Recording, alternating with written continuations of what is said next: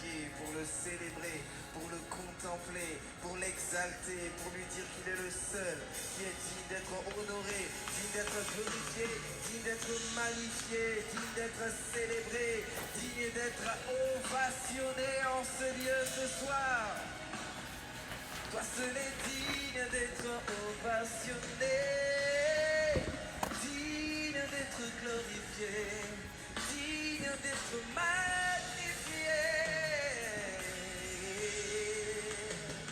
Nous t'honorons, Jésus, nous t'exaltons, Jésus, nous t'honorons, Jésus, nous t'exaltons, Jésus, nous t'honorons, nous t'exaltons, nous te magnifions, toi seul est digne, digne d'être élevé, digne d'être glorifié, digne d'être exalté, dans les cieux, sur la terre, aucun nom n'est plus beau, aucun nom n'est plus grand. Bonjour, bonjour, bonjour mes frères et sœurs, connectez-vous, connectez-vous, connectez-vous. Le Seigneur vous bénit abondamment, c'est un plaisir pour moi de vous retrouver aujourd'hui. On est mercredi et on a un enseignement, un temps à passer ensemble dans la gloire de Dieu, dans la présence de Dieu. Alléluia, bonjour, bonjour. Bienvenue à chacun d'entre vous à 30 minutes avec vous. Comme vous le savez, je suis Shamim Oseni. Le Seigneur vous bénit abondamment. Quel plaisir de passer ce temps avec le Seigneur. Est-ce que vous m'entendez bien? Est-ce que le son est bon? Alléluia. Nous allons vraiment nous régaler avec la parole aujourd'hui. Il faut que vous puissiez m'entendre. Alléluia. Gloire à Dieu. Bonjour Lucette. Bonjour, bonjour à ceux qui sont là. Faites-moi un coucou que je puisse vous voir. Oh, je suis vraiment, vraiment bénie d'être avec vous. Bonjour Xavier, le Seigneur est avec toi. Vraiment, reçois la paix de Dieu dans ta vie. Alléluia. Bonjour à ceux qui sont là. Les enfants de Dieu. Alléluia. Vous êtes fidèles au poste. Gloire à l'Éternel. Gloire à l'Éternel. Qu'il fait bon d'être dans la présence de Dieu. Hein? Ah, moi, j'aime tellement la présence de Dieu. Alléluia. Accueillons le Saint-Esprit qui est déjà là, qui est autour de nous, qui a beaucoup de choses à nous communiquer aujourd'hui. À présent, accueillons la présence de Dieu, accueillons l'esprit de vérité, accueillons l'esprit de révélation, accueillons l'esprit de discernement. Alléluia. Que nos cœurs puissent se connecter à l'Éternel et à ce qu'il va faire aujourd'hui.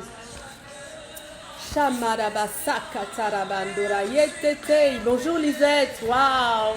Bonjour ma soeur, partagez le live. Alléluia, connectez-vous. On va passer un temps avec le Seigneur. Bonjour Inès, je suis contente de te voir. Gloire à Dieu. Il y en a d'autres qui sont là et qui n'ont pas donné leur nom. Faites-moi signe. Et si vous pouvez, dites-moi d'où vous nous écrivez. Amen. Alléluia. Louons le Seigneur. Connectons-nous à la présence de Dieu. Alléluia, gloire à Dieu, gloire à Dieu, gloire à Dieu, gloire à Dieu. Oh Seigneur, il n'y a personne comme toi, Jésus, il n'y a personne comme toi sur toute la terre. Tu es l'image du Dieu invisible, tu es le premier-né d'entre les morts, Jésus. Alléluia. Oh, tu fais toutes choses à merveille, Seigneur Jésus. Nous te louons ensemble, nous louons le nom du Seigneur, nous élevons le nom du Seigneur, alléluia, gloire à Dieu. Merci Inès, merci, merci, gloire à Dieu, parce qu'on va parler de choses très sérieuses aujourd'hui, alors on va mettre déjà la barre un peu plus haute, amen. Merci à toi Inès. Mais gloire à Dieu, Seigneur, nous voulons nous connecter à toi, nous voulons recevoir un maximum. Alors nous voulons commencer, Papa, par te rendre grâce. Rendons des actions de grâce à l'Éternel qui aujourd'hui va nous donner notre nourriture, qui va nous éclairer, qui va nous ouvrir les portes des choses cachées du ciel. L'Éternel est là parce qu'il veut nous révéler, il veut nous révéler des trésors. L'Éternel est notre Dieu, il pourvoit à nos besoins, à tout ce dont nous avons besoin. Si aujourd'hui tu veux entendre parler de l'Éternel, si tu as besoin besoin d'une touche de Dieu, connecte-toi. Si tu connais quelqu'un qui veut avoir une bonne nouvelle aujourd'hui, connecte la personne, partage-lui le live. Si tu veux recevoir l'amour de Dieu, la bonté de Dieu, comprendre une portion du plan glorieux de Dieu pour la vie, connecte-toi, connecte-toi, reste connecté. On va avoir aujourd'hui un temps extraordinaire. Oh oui, Seigneur, personne n'est comme toi. Nous te louons, Papa, nous te louons pour ta présence, nous te louons pour ta grâce abondante répandue sur chacun d'entre nous. Nous te louons parce que nous avons dormi et nous nous sommes réveillés dans la santé. Le Seigneur a veillé sur chacun d'entre nous. Il a veillé à nos enfants, il a veillé à nos foyers. Il nous a préservés. L'Éternel nous a couverts de son amour depuis ce matin jusqu'au soir. Nous n'allons manquer de rien. Il est notre provision. Il est notre source en tout. Alors nous ne pouvons que lui rendre grâce parce qu'il est extraordinaire. C'est un Dieu fidèle, un Dieu puissant, un Dieu qui est présent, un Dieu rempli de capacités, de possibilités et rempli de bonne volonté pour nous. Est-ce que c'est une bonne nouvelle? Est-ce que c'est une bonne nouvelle pour vous? Oh, mon cœur célèbre l'Éternel. Mon cœur célèbre l'Éternel pour sa fidélité. Il est toujours là. À chaque fois que je l'invoque, il ne manque jamais.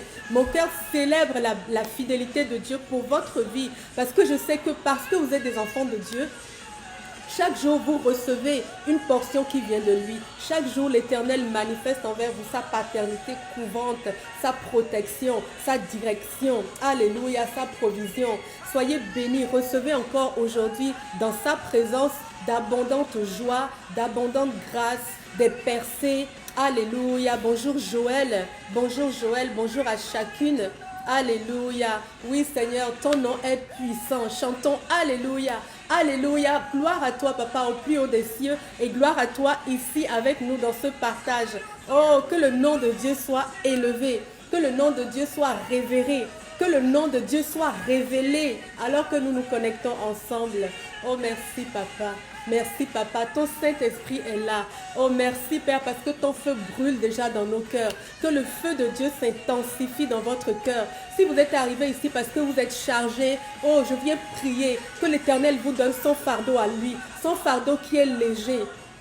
Si vous êtes arrivé ici parce que vous êtes fatigué, si vous êtes arrivé parce que vous êtes préoccupé, je veux déclarer que vous recevez la liberté en Christ dès maintenant. Je veux déclarer que la vérité vous libère, que la vérité vous entoure, que la vérité vous affranchit aujourd'hui même. Je veux déclarer que l'amour de Dieu entre à l'intérieur de vous et vous transforme et vous laisse une touche de Dieu. Alléluia. Merci Père. Merci pour ton action dès maintenant. Nous t'élevons, Papa. Nous élevons le Seigneur au milieu de nous. Alléluia. Mon âme révère l'Éternel. Je suis vraiment bénie, je suis vraiment contente. Dans la présence de Dieu, moi, je suis toujours épanouie. C'est une présence que j'aime extraordinairement. Alléluia. Dieu est bon, il est fidèle et puis il nous rend bien l'amour que nous lui donnons. Dieu n'a jamais manqué, il ne manque jamais envers nous. Il est celui justement qui nous donne de tout. Il est celui qui nous garantit tout. Il est celui qui est toujours là. Il est celui qui nous écoute toujours. Il est celui qui nous entend. Il est celui qui nous console. Il est celui qui pourvoit. Et aujourd'hui, l'Éternel va nous emmener dans une autre connaissance, dans une autre révélation des choses qu'il a prévues pour l'humanité. Amen. Alléluia. Nous allons prier et puis nous allons commencer ce temps avec le Seigneur. Alléluia. Merci Papa. Merci vraiment Seigneur pour cette grâce que tu nous fais. C'est une grâce de pouvoir nous rassembler autour d'un Dieu si grand. Nous avons la compréhension, la connaissance de ce Dieu. Il y a plusieurs personnes qui dans le monde aujourd'hui cherchent, n'ont pas de réponse.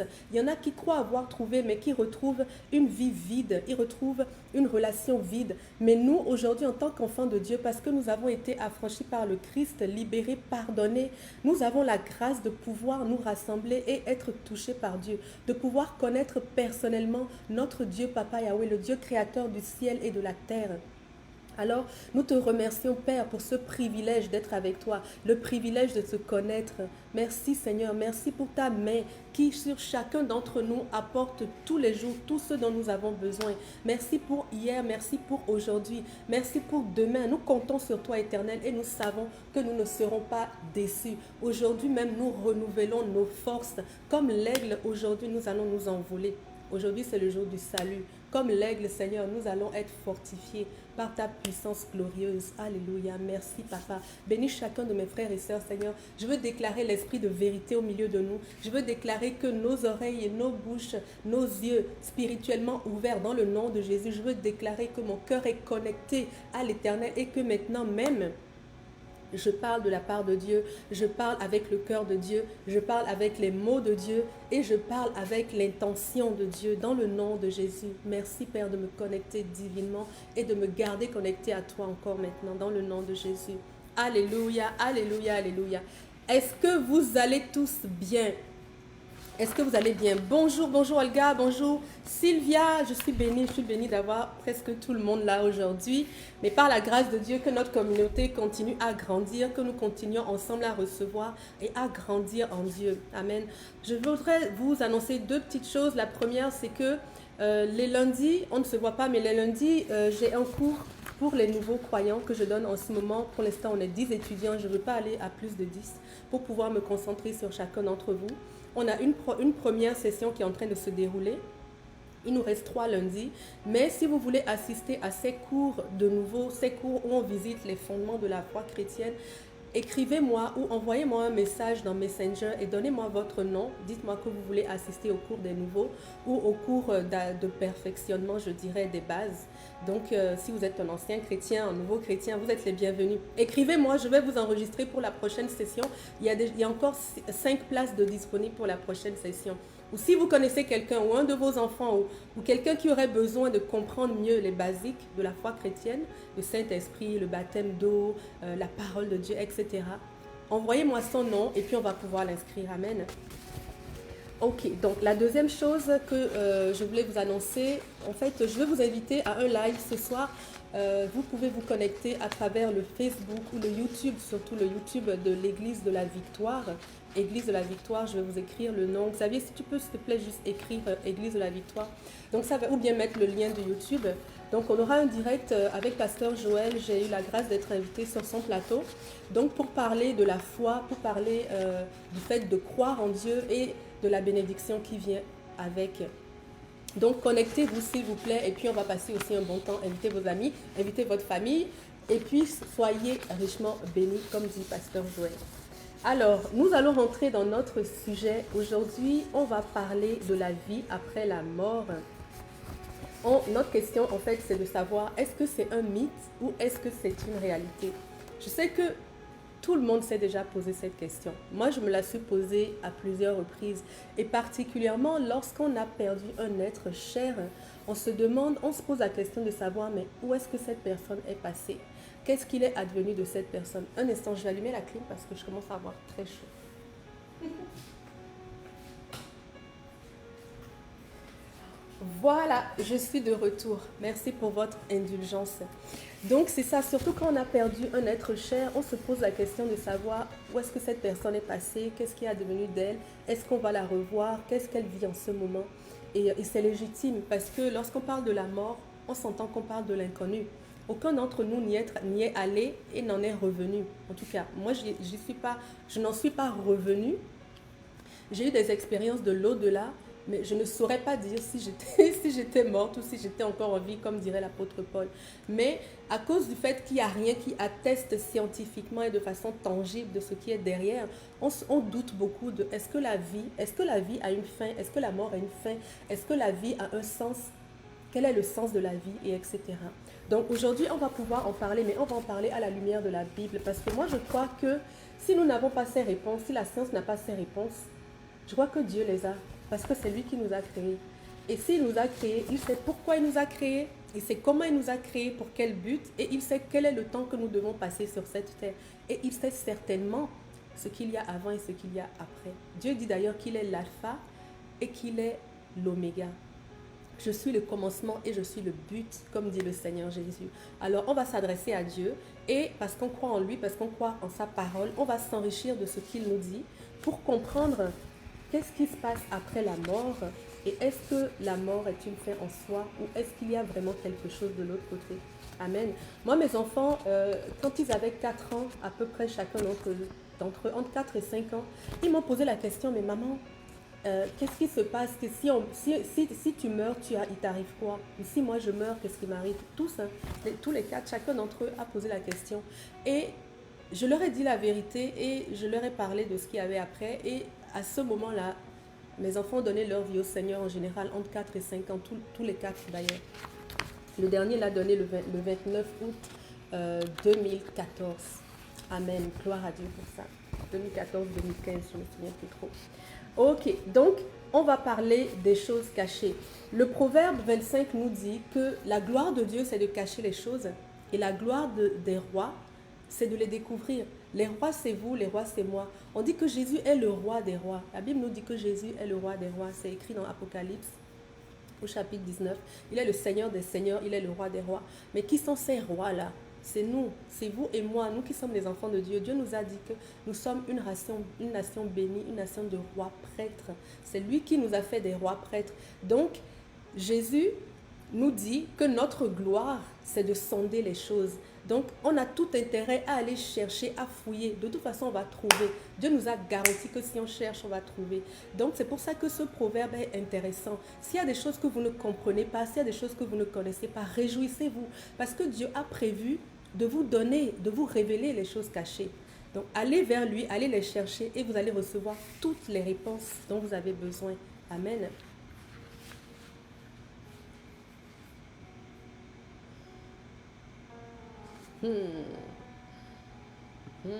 Alléluia. Ça me dit que le live a été coupé.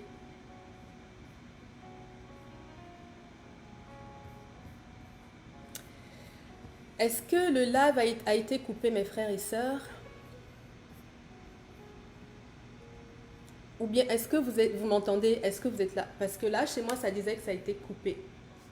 Faites-moi un signe, s'il vous plaît, si vous m'entendez parfaitement. C'est dingue, hein? Quand on parle de sujets intéressants, de sujets importants, souvent les appareils là veulent niaiser. Au nom de Jésus, la vérité va passer aujourd'hui. La vérité va passer dans le nom de Jésus. Ok, c'est revenu. Alléluia, gloire à Dieu. Bonjour Tati, merci pour ta réponse. Ok, ok, parfait. Donc on peut continuer. Je sais pas où est-ce que ça a coupé parce que moi j'étais dans ma régie devant mes appareils. Mais on continue. Bon, on va rentrer donc dans la parole. La première chose, c'est que mes frères et sœurs, on va parler du visible et de l'invisible. Parce que quand on parle de la vie après la mort, on parle de quelque chose qu'on ne maîtrise pas, comme on a dit. Aucun d'entre nous n'y a été pour aller vérifier. Évidemment, si on va sur YouTube ou bien il y a des émissions qui ont parlé des personnes qui ont eu des expériences de mort imminente, donc qui sont décédées pendant un certain temps ou qui sont arrivées vraiment au bout et qui sont revenus et qui viennent nous dire ce qu'ils ont vécu. Donc, il y en a beaucoup, mais ces personnes, nous, on ne les connaît pas. On ne peut pas vérifier la véracité de ce qu'ils disent. Donc, pour plusieurs raisons, il vaut mieux qu'on s'adresse à Dieu, qu'on cherche ce que Dieu nous dit. Qu'est-ce que Dieu nous dit par rapport au visible et par rapport à l'invisible? Il va nous le révéler. On peut faire confiance à la Bible, elle est inspirée de Dieu. Ce que Dieu nous dit, c'est que Colossiens 1,16, vous pouvez, s'il vous plaît, prendre votre Bible, vous allez certainement devoir souligner certains versets. Amen. Donc, ce que Dieu nous dit, en fait, c'est que toutes choses, dans Colossiens 1, au verset 16, c'est écrit que toutes choses ont été créées, toutes choses qui ont été créées dans les cieux et sur la terre ont été créées en Christ. Les choses visibles et les choses invisibles, les puissances, les dominations, les seigneuries, les dignités ont été créées par lui et pour lui. Donc, les choses visibles et invisibles. Donc là, on peut déjà se dire que ça veut dire que les choses invisibles existent, puisque la Bible dit qu'elles ont été créées. Donc, elles existent. Tout ce qui a été créé existe, n'est-ce pas? Nous avons été créés, alors nous existons. Ainsi de suite. La terre a été créée par Dieu et elle est encore là. Donc, Colossiens nous dit que les choses visibles et les choses invisibles ont été créées en Christ et par Christ. Ça, c'est une bonne nouvelle pour nous. Qu'est-ce que la Bible nous dit aussi un peu plus loin? Dans 2 Corinthiens 4 au verset 18, on va lire que les choses visibles sont passagères et les choses invisibles sont éternelles. Ça fait 2 fois que la Bible nous parle des choses invisibles. Donc ces choses-là existent. Si Dieu en parle, c'est qu'on a intérêt à les comprendre, on a un intérêt à les découvrir. Elles existent, une chose est sûre, ce n'est pas parce qu'on ne voit pas les choses qu'elles n'existent pas, n'est-ce pas? Ok, est-ce que vous avez jamais vu votre cerveau? Je ne suis pas certaine. Et pourtant, je suis sûre que vous savez que vous avez un cerveau, n'est-ce pas? Est-ce que vous avez déjà vu votre cerveau? Non. Est-ce que vous avez déjà vu l'intelligence? Est-ce que c'est possible de la sortir de notre tête et de l'observer? Est-ce que c'est une matière? Qu'est-ce que c'est l'intelligence? Pourtant, on n'en est pas dépourvu. Qu'est-ce que c'est la volonté? Est-ce qu'elle existe? Elle est invisible. Et pourtant, elle existe. On a une volonté. Dieu d'ailleurs nous dit qu'il nous a créés à son image. Nous sommes dotés d'une volonté, d'une conscience. Donc, les choses, c'est pas parce qu'elles sont invisibles qu'elles n'existent pas. N'est-ce pas? Est-ce que la mort existe? Est-ce qu'on la voit? Est-ce qu'on peut la matérialiser? Est-ce que c'est un comprimé? Est-ce que c'est un arbre? Qu'est-ce que c'est la mort? C'est pas parce qu'on ne peut pas la matérialiser qu'elle n'existe pas. La preuve, tout le monde meurt, n'est-ce pas? Et Dieu alors? Est-ce qu'on peut le voir comme ça, le mettre dans un bocal? Et pourtant, il existe. Donc, ce n'est pas parce que les choses ne sont pas visibles qu'elles n'existent pas. Donc, si on se dit déjà, est-ce qu'il y a quelque chose après la mort? Il ne faut pas qu'on doute. Il faut déjà qu'on parte avec une attitude qu'on veut vraiment comprendre. Il ne faut pas qu'on doute, il faut qu'on parte avec la foi et avec la curiosité, qu'on parte un bon cœur, ok. Ces choses, si on ne sait pas ce qu'il y a après la mort, ce n'est pas parce qu'on ne sait pas que ça n'existe pas. Amen. Donc, il y a effectivement quelque chose après la mort. Moi, je sais que j'ai un cerveau, je n'ai jamais vu mon cerveau. Et pourtant, je sais qu'il est là, je sais qu'il fonctionne très bien. Par la grâce de Dieu, il va continuer à fonctionner très, très, très bien. Donc, la première chose, c'est qu'il faut qu'on établisse que ce n'est pas parce que ce n'est pas visible que ça n'existe pas. Ça existe et nous allons pouvoir découvrir qu'est-ce qui existe. Amen. Alors, on va continuer un peu plus loin. On va arriver dans un autre chapitre. La mort est-elle une fin en soi? Donc, si les choses existent, c'est quoi la mort? Est-ce qu'on finit? Qu'est-ce qui se passe alors? Si l'invisible existe, qu'est-ce qui se passe lorsqu'on meurt? On va regarder ça dans la parole. On va parler de la résurrection. Bon, si on parle de la mort, qu'est-ce qu'il y a après? Les seuls témoignages qu'on a réellement, c'est ceux qui sont ressuscités. Et gloire à Dieu, notre Christ est ressuscité. Et dans l'Ancien Testament, comme dans le Nouveau Testament, on a des témoignages de personnes qui sont ressuscitées. Attention, lorsqu'un fait est relaté, historiquement, il faut qu'il y ait au moins 2 témoins pour qu'il soit validé et qu'il soit écrit. Donc, si dans la Bible, on parle de résurrection, mes frères et sœurs, dans l'Ancien Testament comme dans le Nouveau, c'est qu'il y en a eu effectivement. Et d'ailleurs, Jésus nous dit que si tu as cru, tu ressusciteras les morts. Amen. Donc, ça veut dire qu'on peut revenir de la mort. Donc, la mort n'est pas une fin en soi. Donc, on peut en revenir. Si on regarde maintenant dans l'Ancien Testament, on a le prophète Élie et on a le prophète Élisée. Ces 2 prophètes, qui étaient d'ailleurs père et fils spirituellement, ont ressuscité des morts. Donc, il n'y a pas que le Christ qui a ressuscité des gens dans le Nouveau Testament. Ce n'est pas seulement après la croix que la résurrection était possible. Avant la croix, c'était aussi déjà possible. On va lire dans 2 Rois, dans 1 Roi 17 déjà. Là, c'est Élie qui a ressuscité le fils de la veuve de Sarepta. Vous connaissez cette histoire. Le prophète Élie, Dieu lui a dit, va à Sarepta et puis il y a une veuve là qui est là, elle va te donner à manger. Alors il arrive et puis la veuve lui dit qu'elle n'a rien à manger. Elle lui dit qu'en fait qu'il lui reste un peu d'huile, un peu de farine, mais que si elle fait ça, elle prépare ça et elle mange avec son fils, il n'y aura plus rien. Il y avait une famine en fait et les gens mouraient. Et le prophète lui dit, écoute, non, tu ne mourras pas. Fais-moi d'abord un petit peu, donne-moi à manger et ensuite fais le reste. Tu verras qu'il ne manquera jamais ni d'huile ni de farine dans tes vases. Donc elle a semé dans la vie du prophète et la récolte a été infinie. Amen. La semence et la récolte. Donc cette même femme qui a marqué donc la vie du prophète Élie, à un moment donné, son fils dont elle parlait, qu'elle disait qu'il n'y avait plus assez de nourriture pour eux, ce même fils, il tombe malade et il meurt. Quel désarroi pour cette dame. Alors elle va voir le prophète Élie. Et qu'est-ce qu'il fait? Il ressuscite le fils. Il est écrit 1 Roi 17, versets 21 et 22. Élie s'étendit 3 fois sur l'enfant, invoqua l'Éternel et dit, « Éternel, mon Dieu, je t'en prie, que l'âme de cet enfant revienne au-dedans de lui. » L'Éternel écouta la voix d'Élie, et l'âme de l'enfant revint au-dedans de lui, et il fut rendu à la vie. Alléluia. Il y a une résurrection, et ça c'est avant la croix. Waouh! Eh bien, Élisée a fait la même chose.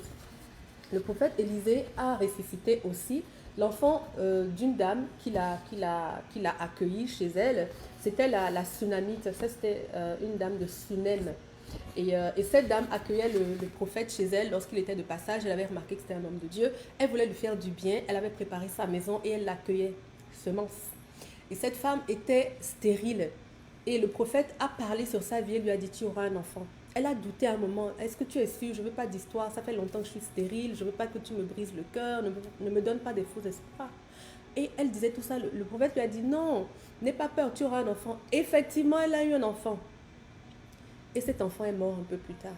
De la même façon, elle est retournée voir l'homme de Dieu qui lui a donné cet enfant. Elle lui dit, l'enfant que tu m'as donné est mort, viens et touche-le, il va être ressuscité. Qu'a fait Élisée? 2 Rois 4 au verset 35. Élisée s'éloigna, alla ça et là par la maison, il remonta et s'étendit sur l'enfant. Elle avait pris l'enfant mort, elle l'avait posé sur un lit là-haut. Donc le prophète s'étendit sur l'enfant, comme Élie l'avait fait, et l'enfant éternua 7 fois et il ouvrit les yeux. Il est revenu de la mort. Donc ça, c'est la deuxième fois qu'un enfant revient de la mort. Donc déjà, dans l'Ancien Testament, ça existait. Ça veut dire que la mort n'est pas une fin en soi. Si on peut y aller, revenir, s'il y a ça, s'il y a des résurrections, c'est que ce n'est pas une fin en soi, n'est-ce pas? Moi, c'est ce que je comprends. Si on regarde, les gens vont dire, oui, mais ça, c'est l'Ancien Testament. Non, non, non, non, non, non. Dans le Nouveau Testament, attendez d'abord. Dans le Nouveau Testament aussi, il y a des résurrections, mes frères et sœurs. D'ailleurs, notre Christ est ressuscité, c'est un des fondements de notre foi. Nous prêchons Christ crucifié et nous prêchons Christ ressuscité. Amen. Et ce Christ qui est ressuscité, avant même qu'il ne ressuscite, il avait déjà ramené un jeune homme à la mort. Ce jeune homme s'appelait Lazare. C'était le frère de Marie de Béthanie. Marie et Lazare, c'étaient des amis très chers au cœur du Christ. Le Seigneur les aimait. Et à un moment donné, Lazare est mort. Il a été malade. Ils ont été envoyés chercher Jésus. Mais Jésus n'est pas vite arrivé. D'ailleurs, une petite parenthèse. Juste avant de ressusciter Lazare, Jésus avait déjà ressuscité le fils d'une autre dame. Un adolescent, c'est écrit. Cet adolescent était mort. Il voyait la dame passer. Ils allaient à l'enterrement. La dame passait avec le cortège. Et il sentait la lourdeur, la tristesse, la peine, la douleur de la dame. Et il a été ému de compassion. Et il est allé vers elle. Et il a ressuscité le jeune homme. C'est extraordinaire. Hein? Mais ce jeune homme venait de mourir. Donc les gens parlaient que, ah non, peut-être il dormait, peut-être il n'était pas bien mort, là. Les gens étaient choqués. Ils ont commencé à douter, évidemment. Bon, on peut les comprendre. Alors cette fois-ci, lorsqu'on a dit que Lazare était mourant, Jésus a dit, ok, attendez d'abord, on va finir nos affaires, ensuite on va y aller. Mais cette fois-ci, Lazare est mort et il est resté 4 jours dans le tombeau. 4 jours. Ce n'était pas qu'il était mort le matin. 4 jours. Avant que Jésus ne revienne, il avait même commencé à sentir. Son corps avait commencé à dépérir. Donc Jésus, il attend, il va ensuite à la maison de Lazare et il va devant le tombeau et il crie, Lazare, sors. Et Lazare se lève et Lazare sort. C'est extraordinaire. Jésus ressuscite Lazare dans Jean 11 au verset 43-44. On va lire ceci. Ayant dit cela, il cria d'une voix forte, Lazare, sors. Et le mort sortit, les pieds et les mains liés par des bandes et le visage enveloppé de linge.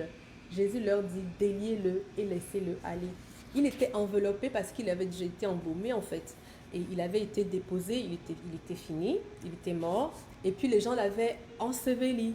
Mais Lazare a été ressuscité. À nouveau, ces deux faits-là nous montrent que la mort n'est pas une fin en soi. Ça fait déjà 4 témoignages, tant dans le Nouveau, donc avant la croix, qu'après la croix. Et également, on peut voir que dans l'Ancien Testament, Élie est monté par exemple sur des chars de feu. Au ciel. Il y a certaines personnes qui ne sont pas mortes littéralement comme Enoch que Dieu aimait et qui aimait Dieu et qui a été enlevé par Dieu. Donc on peut voir déjà qu'il y avait des phénomènes extraordinaires qui se passaient par rapport à la mort en fait. Donc on pouvait déjà dès le commencement dans l'Ancien Testament se poser des questions sur est-ce que la mort est véritablement une fin? Mais on avait des réponses. Amen. L'autre chose, c'est que Jésus lui-même est revenu ressuscité. Et lorsqu'il est ressuscité, pourquoi on dit que Jésus c'est le premier d'entre les morts? Ça c'est Colossiens 1, verset 16 ou 17. Donc Jésus est le premier d'entre les morts, il est le premier ressuscité. Pourquoi? Malgré qu'il y ait déjà eu des résurrections avant lui. Il est le premier ressuscité parce qu'il est revenu, lui n'est pas revenu à la vie dans son corps charnel. Il est revenu à la vie dans un corps qui avait été glorifié. dans le corps que nous aurons nous aussi quand nous serons au ciel, d'après ce que nous dit la parole. C'est pour ça qu'on dit que Jésus est le premier à être ressuscité. Les autres ont été ressuscités. Les 2 enfants de ces femmes ont ressuscité dans l'Ancien Testament. Dans le Nouveau Testament, l'enfant que Jésus a ramené d'entre les morts est revenu. Lazare également est revenu, mais après ils sont morts. Ils sont revenus, d'accord, ils ont vécu, mais après ils sont partis aussi. Parce qu'ils sont revenus dans un corps charnel qui périt, qui est destiné à la péremption, n'est-ce pas? Mais Jésus, lorsque lui il est revenu, il n'est pas revenu dans un corps destiné à la péremption. Alléluia! Il est revenu dans un corps glorifié. Est-ce que c'est une bonne nouvelle? Jésus est venu nous témoigner réellement qu'après la mort, il existe quelque chose, non seulement quelque chose, mais quelque chose de glorieux, mes frères et sœurs. Parce que de voir quelqu'un revenir dans sa chair, c'est ok, d'accord, il revient dans la même condition. Donc peut-être qu'il n'y a pas de grandes choses de l'autre côté. Mais lorsqu'on voit Jésus revenir dans un corps qui a été magnifié, qui est extraordinaire, eh bien, on se dit qu'il y a effectivement quelque chose qui se passe à ce moment-là, n'est-ce pas? Il y a vraiment quelque chose qui se passe. Lorsque Jésus est revenu, dans son corps, il pouvait traverser les murs. Les apôtres disent qu'ils étaient assis dans une place et toutes les portes étaient fermées, tous les murs étaient fermés. Et Jésus leur apparaît. Il est passé par où? Donc le corps de Jésus lui permettait de se déplacer d'une façon extraordinaire, surnaturelle, de passer à travers les murs. Dans ce corps, il mangeait. Dans ce corps aussi, il s'est élevé au ciel. Dans le livre des Actes, au chapitre 1, on va voir que Jésus s'est élevé au ciel. Je crois que c'est au verset 9. Jésus s'est élevé au ciel avec ce corps glorieux là. C'est extraordinaire. Ce corps donc lui permettait de... Est-ce qu'on dit léviter? C'est ce qu'on dit. Il peut s'élever comme ça. Vous savez, en Inde là, il y a des gens... Bon, c'est une petite parenthèse. Hein. Il y a des gens qui font de la méditation et tout. Puis on voit des fois des images ou des vidéos. Je ne sais pas si elles sont truquées ou pas. On ne rentre pas dans le débat. Mais on peut les voir comme ça s'élever au-dessus du sol, n'est-ce pas? Ou bien on peut voir des personnes dans des films d'horreur, on peut voir des gens qui dorment des fois, qui sont en train de léviter comme ça. On voit la personne qui se lève sous son drap et puis on voit le corps, on dit, mon Dieu, qu'est-ce qui se passe? Et bien le Christ, lorsqu'il est revenu, lui, il avait cette capacité de s'élever. En fait, son corps lui permettait, il transcendait l'air en fait. Il avait dompté l'air. Donc son corps lui permettait de dompter toute forme de matière naturelle. C'est extraordinaire ce corps. C'est vraiment un corps glorifié. Et pour attester que c'était bien lui, il a montré à ses apôtres qu'il avait gardé les marques. Les marques de la crucifixion étaient encore dans ce corps. Mais c'était un corps complètement changé. Jésus mangeait lorsqu'il est revenu dans ce corps glorifié. Il a dit j'ai faim. Et puis ses apôtres lui ont fait du poisson frit. Je n'oublierai pas ça parce que ça m'a toujours étonné. Du poisson rôti, je pense qu'ils ont dit. Ça m'a toujours étonné. Mais donc, dans notre corps glorifié, on peut manger aussi. Vous voyez, c'était un corps comme notre corps, mais il était magnifié, il était extraordinaire. Il avait des capacités que nous n'avions pas. Moi, quand j'entends ça, je veux croire. Je veux croire. Le Christ, qui était le Christ, mes frères et sœurs, pour marquer le monde entier, 2000 ans après Jésus-Christ, 2000 avant, il y a toujours avant Jésus, après Jésus. Qui était cette personne qui est allée mourir et qui, quelques jours après, est revenue à la vie dans un corps que personne n'a jamais vu? Qui est cette personne? Moi, quand j'entends une histoire pareille, j'ai juste envie non seulement d'y croire, mais je soupire à ça pour moi aussi. Je veux vivre ça. Est-ce que c'est votre cas? Est-ce que vous voulez vivre ça? On peut vivre ça. En mettant notre foi en Dieu, on obtient la vie éternelle. On peut vivre ce que Jésus a vécu. Amen. Donc, la question c'était, est-ce que la mort est une fin en soi? Eh bien non. La mort n'est pas une fin en soi parce qu'on peut en revenir. Il y en a plusieurs qui en sont revenus dans leur corps charnel et il y en a d'autres qui en sont revenus dans un corps glorifié. D'autres, Jésus, qui est le seul qui est revenu dans son corps glorifié. Amen. Bonjour Coco Claman, bonjour Londres. Dieu te bénit ma soeur.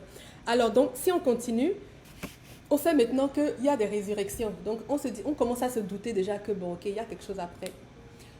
Un autre fait qu'on peut regarder dans la Bible, il y a des gens qui communiquent avec les morts.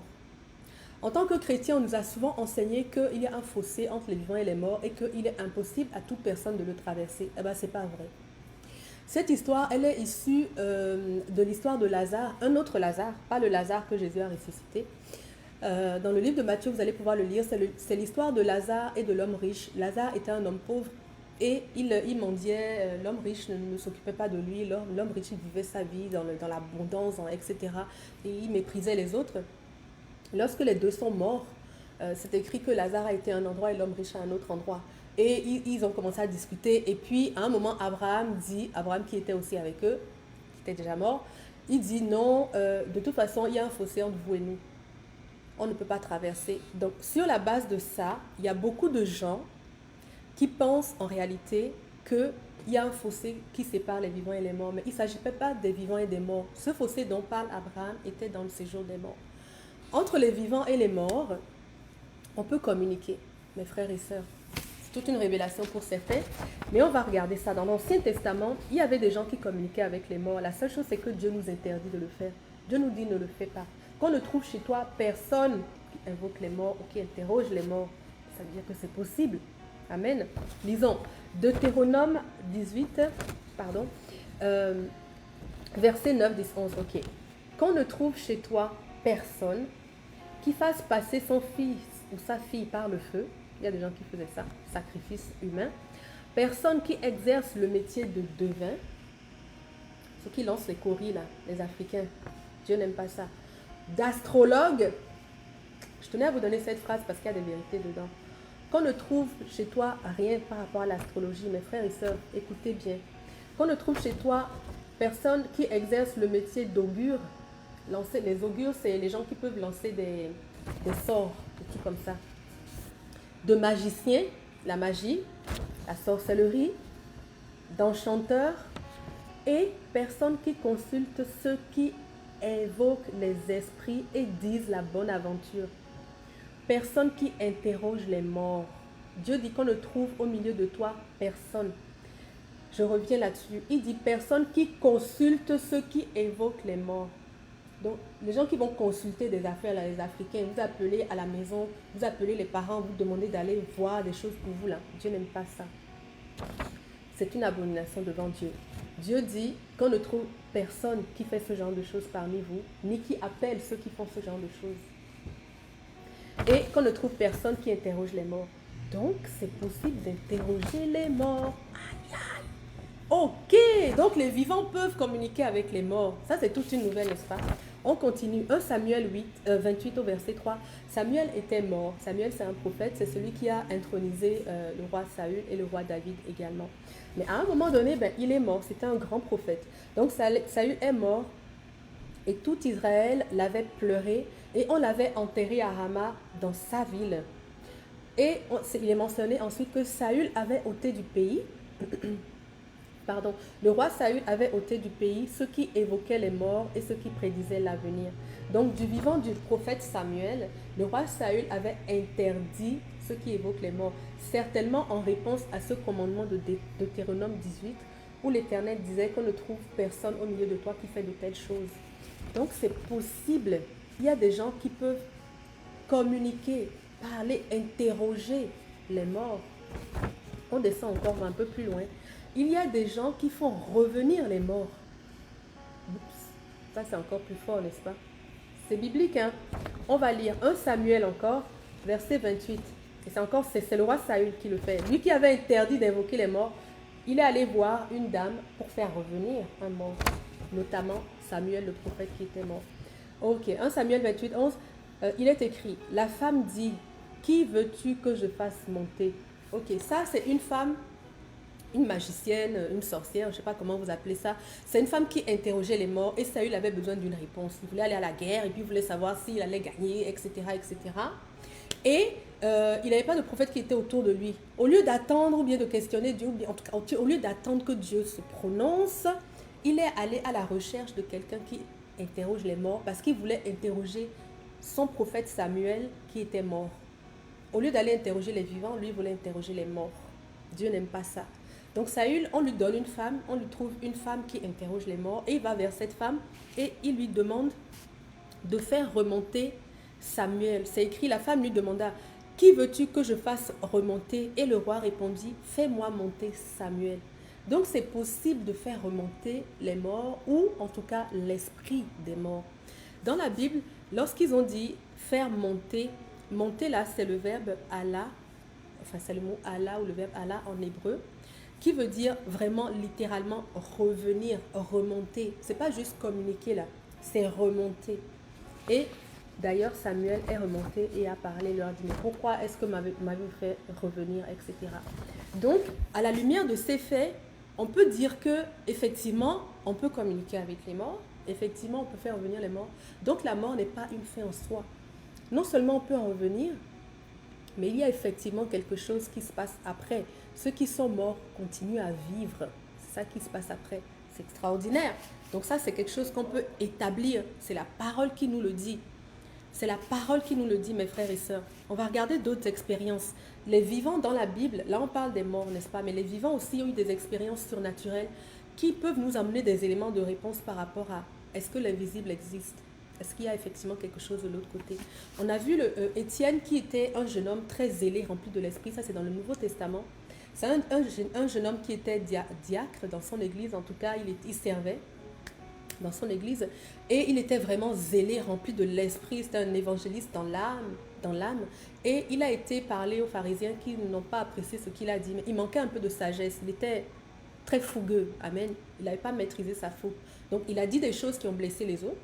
Ils ont pris ça comme prétexte, eux qui ont déjà crucifié le Christ, ils ont pris ça comme prétexte pour venir tuer Étienne. Il a été lapidé. Mais Étienne, d'ailleurs l'apôtre Paul a assisté à la lapidation d'Étienne. Étienne, dans Acte 8, avant de mourir, au moment où il allait mourir, il dit, je vois le ciel ouvert. Je vois le ciel ouvert et Dieu assis sur son trône. Il voyait le ciel ouvert et Dieu assis sur son trône. Et non seulement il les voyait, mais il lui parlait. Il disait, Dieu, non, ne les condamne pas, aie pitié d'eux, ils ne savent pas ce qu'ils font. Waouh, c'est extraordinaire. Il communiquait avec Dieu. Donc Dieu est de l'autre côté. Dieu est visible de l'autre côté. Il est peut-être invisible ici, sauf dans la création et dans toutes sortes d'autres choses, des détails, mais il est assis, visible, Dieu assis sur son trône. On peut le voir comme on se voit nous deux. On peut voir Dieu de l'autre côté. Waouh, Étienne l'a vu. Ah, donc ça me prouve bien qu'il y a quelque chose. Et Étienne est mort juste après. Il a parlé avec Dieu juste avant de mourir. Si vous voulez lire cette histoire, vous allez dans Acte 8, du verset 45 au verset 60. C'est tout écrit. C'est que comment est-ce que Étienne a vu Dieu, etc. Donc ça, c'est Étienne. On a aussi l'apôtre Paul qui nous relate dans le livre des Corinthiens notamment. Il nous relate une expérience qu'il a faite. Lui-même, il dit qu'il ne sait pas s'il était mort ou s'il était dans son corps. Mais je vous explique pourquoi. Parce qu'il a été lapidé aussi. L'apôtre Paul, lorsqu'il est retourné dans son pays, après avoir reconnu Jésus comme sauveur, il est retourné dans son pays, à Tars, je crois. Et il est resté là-bas pendant un certain temps avant de revenir à Jérusalem pour servir avec les apôtres. Il avait d'abord servi à Jérusalem, après il est retourné. Bref, quand il est retourné, il était poursuivi, il a été lapidé parce que de toute façon, les chrétiens à cette époque, il a été persécuté. Et lui encore, c'était un chrétien zélé, c'est lui qui parlait de Jésus à tous les autres. Donc lorsqu'il est retourné dans cet endroit, il a été lapidé à plusieurs reprises. D'ailleurs, il va nous dire qu'il a souvent été lapidé, souvent été mis à mort. Et bien, dans cette expérience-là, les gens l'ont laissé pour compte comme ça. On pensait qu'il était mort, ils l'ont abandonné. Donc, pendant ce temps, il a fait une expérience surnaturelle.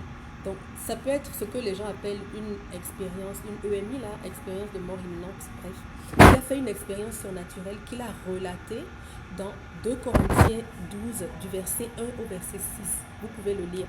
Mais Paul nous raconte, à nouveau il nous parle du ciel comme Étienne. Il nous dit qu'il est monté au ciel, au 3e ciel. Lui, il appelle ça le 3e ciel. Et il a vu des choses extraordinaires, dont des choses qu'il ne peut pas parler. Pas parce que Dieu lui a interdit de nous en parler, mais parce qu'il n'y a pas de mots pour les décrire dans notre réalité ici. Vous comprenez? Il a vu des choses magnifiques. Vous pouvez aller lire aussi ça. Et vous allez voir que voilà encore une autre expérience qui est en train d'attester qu'il se passe des choses extraordinaires. Ok Lisette, j'ai eu ton message. Ok, est-ce que vous êtes toujours là mes frères et sœurs? On a bientôt fini. Donc, il y a Paul, il y a aussi Élie et Jésus. Élie et Jésus, pourquoi je les ai pris les deux? Parce que Élie c'est l'Ancien Testament, Jésus c'est le Nouveau Testament, mais les deux ont été élevés au ciel. Élie, le prophète Élie a été élevé au ciel dans des chars de feu. Et Jésus a été élevé au ciel tout simplement dans les nuées et un nuage l'a emporté. quand il est mort, il est ressuscité, il est revenu, il est resté avec ses apôtres jusqu'à ce qu'à un moment donné, il s'en aille, il monte vers son Père. Donc, tant Élie que Jésus sont montés vers le ciel. C'est trop chic ça. Ça veut dire qu'il y a vraiment des choses que nous ne maîtrisons pas et qu'elles existent. Et si elles ont été relatées, c'est qu'il y a au moins 2 témoins qui les ont vues et qui peuvent en attester. Amen. Le prophète Élie était en train de parler, je pense qu'il parlait avec Élisée à un moment donné. Et puis il y a un char de feu avec des anges, je pense, qui est passé et qui les a séparés. Et qui, dans ce tourbillon, a emporté le prophète Élie au ciel. Et lorsqu'il a été emporté, son manteau est tombé. Et Élisée a ramassé son manteau et l'a porté par la suite et a continué l'œuvre que Élie était venu faire. Donc ça, c'est une expérience extraordinaire. Et Jésus aussi, le fait de voir un homme monter comme ça dans les airs, je ne sais pas ce que vous en pensez, mais moi, je trouve que c'est extraordinaire. Bon, il y a des gens qui disent qu'ils lévitent, mais ils redescendent ici. Mais quelqu'un monter au ciel de cette façon, c'est extraordinaire. La Bible nous dit d'ailleurs que au son de la trompette, nous allons tous être élevés. Nous qui sommes des enfants de Dieu, qui avons accepté Jésus, qui sommes restés dans la foi, qui avons persévéré dans l'espérance de l'évangile, nous arrivons au bout. Lorsque Jésus revient, il va nous élever. La Bible dit que nous serons en un clin d'œil élevés dans les airs pour monter avec le Christ qui reviendra. Ça s'appelle la parution. Lors de la deuxième venue du Christ, nous allons monter vers le ciel, tout comme Jésus aussi est monté vers son Père. Alléluia. Donc vous voyez mes frères et sœurs, la Bible nous parle des vraies choses. Ne vous posez pas de questions, n'allez pas lire les livres ésotériques, etc. Même si vous êtes un laïc, lisez la parole, lisez la Bible et puis lisez les histoires qui sont relatées. Vous pouvez lui faire confiance. Aujourd'hui, on est en 2020 après Jésus-Christ et c'est légal. Donc, Jésus a été attesté, sa vie et sa mort ont été attestés. C'est quelque chose de légal, de légitime, tout ce que vous voulez. Donc, vous pouvez lire la Bible et accorder un crédit à ce que vous allez lire dedans. Amen. Même si vous êtes laïque, vous pouvez aller lire ces expériences-là, lire de ces choses dans la Bible et ça va vous édifier. Si vous êtes quelqu'un qui a perdu un être cher et vous vous demandez, mais est-ce que cette personne a disparu, etc., vous pouvez lire ces choses. Moi, quand ma mère est décédée, j'ai eu beaucoup de peine et j'ai encore beaucoup de peine. Je sais qu'elle est au ciel, mais elle me manque et j'ai de la peine parce qu'elle a souffert. Et donc, du coup, quand je pense à elle, je veux savoir où elle est, qu'est-ce qu'elle fait, etc. Mais j'ai la paix parce que j'ai la conviction au travers de ma lecture, au travers de ce que la Bible m'a donné, de ce que le Seigneur m'a laissé. J'ai la conviction et l'assurance que ma mère est au ciel avec l'Éternel. Donc, pour moi, c'est un sujet de joie, c'est un apaisement, vous voyez. Donc, c'est important d'aller chercher ces choses-là. Une dernière expérience que je vais vous relater, c'est celle de l'apôtre Pierre, Jacques et Jean qui ont été emmenés avec Christ. À un moment donné, Jésus les a emmenés vers une montagne parce qu'ils voulaient aller prier. Et sur cette montagne, leur est apparu Élie et Moïse. Le prophète Élie, qui était donc mort, on a vu qu'il a été emporté par des chars de feu. Il n'est plus jamais revenu. Donc eux, ils ont vu Élie et ils ont vu Moïse aussi qui allait mourir. Moïse allait mourir sur une montagne. Dieu lui a dit, va mourir. Parce qu'il ne mourrait pas. Il a fallu que Dieu lui dise, hey, vas-y, pour que cela soit effectif. Mais bref, ils ont vu Élie et Moïse qui étaient morts. Donc ils sont apparus et ils s'entretenaient avec Jésus. Donc ils ont vu des gens qui étaient de l'au-delà, donc de l'autre côté de la vie. Et ces personnes existaient encore, ces personnes parlaient, ces personnes échangeaient. Donc, c'est encore une autre attestation qu'il y a effectivement quelque chose qui se passe de l'autre côté. C'est une bonne nouvelle pour nous. Et l'autre bonne nouvelle, c'est qu'on peut vivre cette bonne portion. On peut vivre le corps glorieux. On peut vivre le ciel. On peut vivre la présence de Dieu. On peut aller à l'endroit où Dieu est assis sur son trône. On peut aller à l'endroit où il y a des anges qui ont des chars de feu. On peut aller à ces endroits-là, on peut être élevé dans ces endroits-là où on peut vivre une vie complètement différente de celle qu'on vit. Oui, on peut le faire si on est réconcilié avec Dieu. Parce que mes frères et sœurs, au ciel, il n'y a pas de péché. Au ciel, il n'y a rien de ténébreux, il n'y a rien de négatif. Si vous lisez dans le premier chapitre de la Genèse, vous allez voir que c'est sur la terre qu'il y avait les ténèbres. Les ténèbres enveloppaient l'abîme. Ce n'est pas là-bas qu'il y a les ténèbres, c'était ici. Donc là-haut, il n'y a rien de péché, de sale, de mauvais, etc. Et moi, je veux aller là-bas. Si c'est ton cas, si tu veux aller là-bas, il faut que tu sois pur pour rentrer dans cet endroit. Parce que si tu n'es pas pur, tu vas être cramé par la pureté qui s'en dégage. Donc, va avec Jésus, donne ta vie à Jésus, reçois le pardon de tes péchés et garantis-toi un accès au ciel. Parce que si Jésus si à travers Jésus tu es entièrement pardonné, tu as, oui, la possibilité d'accéder au ciel parce que tu es purifié de tes péchés. Donc tu peux juste parler à Dieu, dire, oh papa, j'ai entendu une bonne nouvelle, j'ai entendu que je peux accéder au ciel, j'ai entendu qu'il y a après la mort une vie qui existe et je veux vivre cette portion glorieuse, je veux vivre ce que la Bible nous a montré d'extraordinaire, je veux vivre cette vie-là, alors je viens à toi, j'accepte le sacrifice de Jésus, j'accepte qu'il a payé pour mes péchés et à travers le fait qu'il a payé, mes péchés sont remis et je reçois maintenant la pureté, la sanctification qui me donne accès au ciel. Amen. Si tu fais cette prière de tout ton cœur, tu es sauvé, tu es entièrement pardonné, tu es entièrement libéré et tu es un candidat idéal pour le ciel. Amen. Alléluia. L'autre bonne nouvelle, dernière bonne nouvelle, Romains 6, 23 nous dit, car le salaire du péché, c'est la mort, mais le don gratuit de Dieu, c'est la vie éternelle. Le don gratuit de Dieu, c'est la vie éternelle. Donc, s'il y a la mort, on peut recevoir de Dieu la vie éternelle. C'est un don. Dieu le donne. Il n'y a rien d'autre à faire que de l'accepter. Et quand on vient à Christ, on accepte ce don que Dieu nous a fait. Amen. Donc, ça, c'est la première partie. Mes frères et sœurs, en fait, j'avais 2 parties, mais je me suis rendu compte que c'était trop. C'est beaucoup de matière. Donc aujourd'hui, on a regardé, on a validé, est-ce qu'il y a vraiment quelque chose, la vie après la mort, est-ce que c'est un mythe ou est-ce que c'est une réalité? Et on a regardé cette question, on l'a examinée à la lumière de la parole. On a vu que les choses invisibles existent. Ce n'est pas parce qu'on ne les voit pas qu'elles n'existent pas. Ensuite, on a vu qu'il y a eu la résurrection. Dans la Bible, nous parle de la résurrection. Il y a des personnes qui communiquaient avec les morts. Il y a des personnes qui faisaient remonter les morts. Donc, on a vu que non seulement les choses invisibles existent, mais il y a effectivement quelque chose après la mort. Et on a vu qu'il peut y avoir quelque chose de glorieux. On a vu que Jésus est revenu avec un corps que nous n'avons jamais vu de nos yeux, un corps extraordinaire. Et que nous, on peut acquérir également ce corps lorsqu'on sera mort. Tant et autant qu'on meurt en Christ, qu'on accepte le sacrifice de Christ. Donc c'est un fait, c'est une réalité. La vie après la mort n'est pas un mythe. La vie après la mort est une réalité. Gloire à Dieu. Mercredi prochain, je vous invite, on va regarder la suite de ce message qui va constituer un OK, si la vie après la mort existe, qu'est-ce qui se passe exactement lorsqu'on meurt? Et ça, c'est une partie très intéressante aussi. Vous allez être enrichi de connaissances. C'est important de savoir ces choses parce que si vous connaissez des laïcs ou des personnes autour de vous qui s'y intéressent, qui ne comprennent pas, vous pourrez leur mentionner que dans la parole, Dieu nous en parle en long et en large et il nous ouvre les portes de ces réalités, de ces vérités. Donc c'est important pour nous de les connaître pour pouvoir guider ceux qui sont dans le monde et qui n'ont pas cette compréhension. Amen. Gloire à Dieu. Et c'est aussi important pour être apaisé par rapport à ceux qui sont partis, nos chers et tendres. Amen. Alors, Olga, j'ai donné ma vie à Jésus et c'est tellement bon. Oui, oui, oui, oui, oui. Donne ta vie à Jésus. Reste accroché à ton espérance. Ne t'en détourne pas et tu recevras dès maintenant toutes les bontés de Dieu pour toi et la vie éternelle. La première chose qu'on reçoit lorsqu'on donne notre vie à Jésus, c'est la vie éternelle. Avant même la manifestation du royaume, l'abondance, la guérison des malades, la prospérité et tout le reste, la première chose qu'on reçoit, c'est la vie éternelle. Pourquoi on reçoit la vie éternelle? Parce que Jésus est la vie. Jésus, il nous a dit, je suis le chemin, je suis la vérité, je suis la vie. Lorsque Jésus est allé à la croix, il s'est substitué à nous.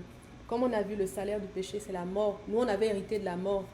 Donc, au lieu que ce soit nous qui allions mourir, Jésus, il a pris notre place. Il nous a dit, tiens, je te donne ma place et je prends la tienne. Donc, Jésus allait mourir pour nous et il nous a donné en échange la vie. C'est pour ça que lorsqu'on accepte Jésus, on reçoit systématiquement la vie. Le Christ nous télécharge sa vie en nous, il vient vivre en nous et on reçoit la première des choses, c'est l'éternité avec Dieu. Gloire à Dieu pour ce message. J'espère que vous avez été bénis. Si vous avez des questions, n'hésitez pas. Partagez aussi à des personnes que vous connaissez qui auront envie d'entendre ce message ou qui se posent des questions ou des gens qui ont perdu des êtres chers, qui veulent savoir ce qu'il y a de l'autre côté, et etc. Vous pouvez leur partager le message. Je vous encourage à le faire. Et puis, on va prier ensemble. Merci, papa, vraiment. Merci. Moi, j'ai été vraiment profondément édifiée terriblement édifiée dans cette recherche, dans cette étude que j'ai faite. Et je prie que ce soit ton cas aussi dans le nom de Jésus. Que le Saint-Esprit vienne installer, asseoir, ancrer ces vérités en toi dans le nom de Jésus, que tu puisses les apporter, être vecteur de cette bonne nouvelle aussi auprès de ceux qui t'entourent, de ceux qui t'écoutent.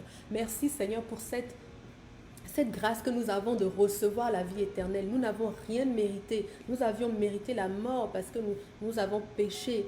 Mais le Christ est allé mourir à notre place et il nous a donné en échange la vie éternelle. Dans ton amour, tu as décidé d'aller prendre notre sentence et de nous donner la vie en abondance. Nous te remercions, Papa, pour cela. Je veux parler la vie éternelle et la vie en abondance sur chacun d'entre vous. Je veux parler l'amour de Dieu sur chacun d'entre vous. Je veux parler la vérité de Dieu sur chacun d'entre vous dans le nom de Jésus. Que la puissance glorieuse de Dieu vous habite et que vous portiez un fruit agréable à Dieu dans le nom de Jésus. Soyez bénis mes frères et sœurs. Donc on peut se voir ce soir sur YouTube avec le live de l'Église de la Victoire. Soit alors vendredi, on a la prière ensemble. On va prier les uns pour les autres. Vendredi à midi, venez ensemble. Nous allons prier, nous allons intercéder. Nous allons rester dans la présence de Dieu. Et la semaine prochaine, on va voir la partie 2 de ce message. Vous êtes bénis.